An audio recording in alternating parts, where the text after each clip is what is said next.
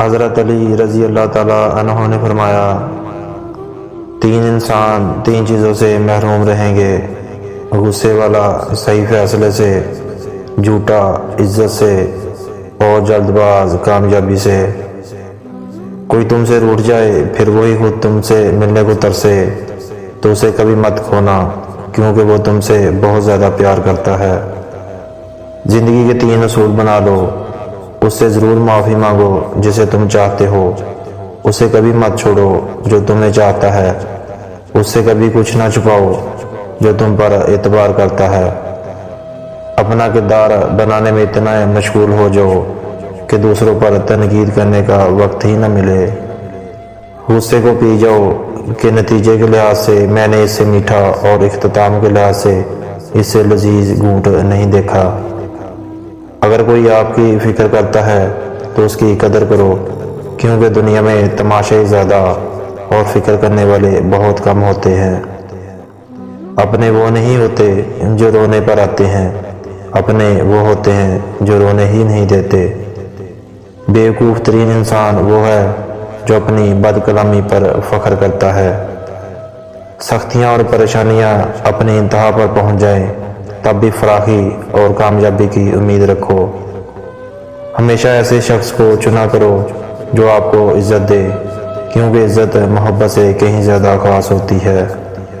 پریشانی میں مذاق اور خوشی میں تانا مت دو، کیونکہ ان سے رشتوں میں موجود محبت ختم ہو جاتی ہے۔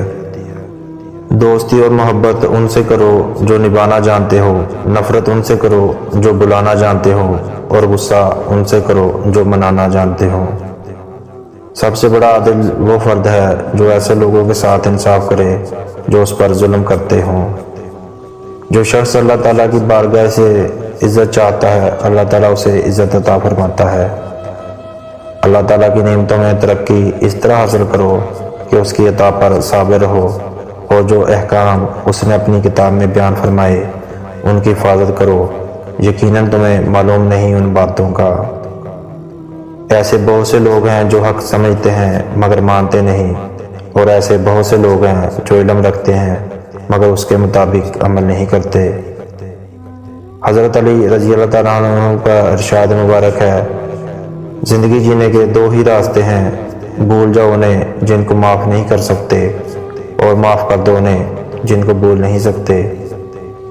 تمام رشتوں میں سب سے کمزور رشتہ تمہارے جسم اور تمہاری روح کا ہے، نہ جانے کس وقت اور کہاں ٹوٹ جائے۔ جس سے محبت کی جائے اس سے مقابلہ نہیں کیا جاتا۔ کسی کو پا لینا محبت نہیں، بلکہ کسی کے دل میں جگہ بنا لینا محبت ہے۔